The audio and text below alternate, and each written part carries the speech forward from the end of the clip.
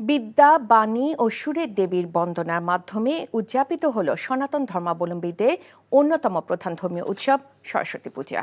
এই দিন শিশুদের হাতেখড়ি, ব্রাহ্মণ ভোজন সহ বিভিন্ন প্রথাও প্রচলিত রয়েছে। এ উপলক্ষে রাষ্ট্রপতি মোহাম্মদ শাহাবুদ্দিন ও প্রধান উপদেষ্টা ডক্টর মোহাম্মদ ইউনূস আলাদা বাণীতে সনাতন ধর্মাবলম্বীদের প্রতি শুভেচ্ছা জানিয়েছেন। সাদরিনা খন্দকারের রিপোর্ট। সনাতন ধর্মাবলম্বীদের বিশ্বাস মতে প্রতি বছর মাঘ মাসের শুক্লপক্ষের পঞ্চমী তিথিতে সাদা রাজহাঁসে চড়ে বিদ্যা, বাণী ও সুরের প্রতীক দেবী সরস্বতী ধরায় নেমে আসেন। দেবীর কাছ থেকে জ্ঞান, বিদ্যা ও সুরের উৎকর্ষ লাভের আশায় অর্ঘ্য ও অঞ্জলির মধ্য দিয়ে পূজিত হয়েছেন দেবী। দেবীর চরণে পুষ্পার্ঘ্য অর্পণের মাধ্যমে বিদ্যাদেবীর আরাধনায় দিন কাটিয়েছে সনাতন ধর্মাবলম্বী শিক্ষার্থীরা।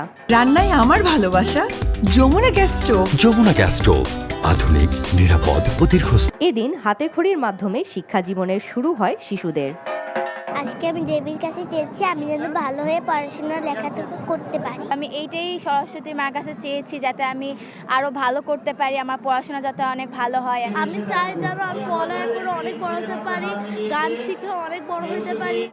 বিদ্যার দেবীর আশীর্বাদে জ্ঞান ও সৃজনশীলতার আলো ছড়িয়ে পড়ুক সবার জীবনে, এমনটাই আশা ভক্তকুলের। আমার বাচ্চারা যেন সুস্থ থাকে এবং সুস্থভাবে তাদের লেখাপড়ার যে ইয়েটা আছে ওটা যেন শেষ করতে পারে। অবশ্যই বিদ্যা চাইবো, আমার মেয়ের জন্য চাইবো, আর আমার জন্যও চাইবো যেন আমি আধ্যাত্মিক জগতে আরও শাস্ত্রগ্রন্থ পড়ে নিজে জ্ঞান অর্জন করতে পারি, যাতে ক্যারিয়ারে আরও প্রসপার করতে পারি, যাতে উন্নতি করতে পারি, সেটাই অবভিয়াসলি চাইছি, বাট স্পেসিফাই করে বলবো না কি চাইছি। বাবুর জন্য চাওয়া হলো লেখাপড়া করে একজন ভালো মানুষ যাতে হতে পারে। প্রতিবারের মতো এবারও দেশের সবচেয়ে বড় আয়োজন হয় ঢাকা বিশ্ববিদ্যালয়ের জগন্নাথ হলে। সকাল থেকেই ঢল নামে ভক্তদের।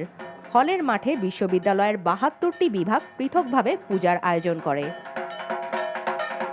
সাদরিনা খন্দকার, এনটিভি নিউজ, ঢাকা।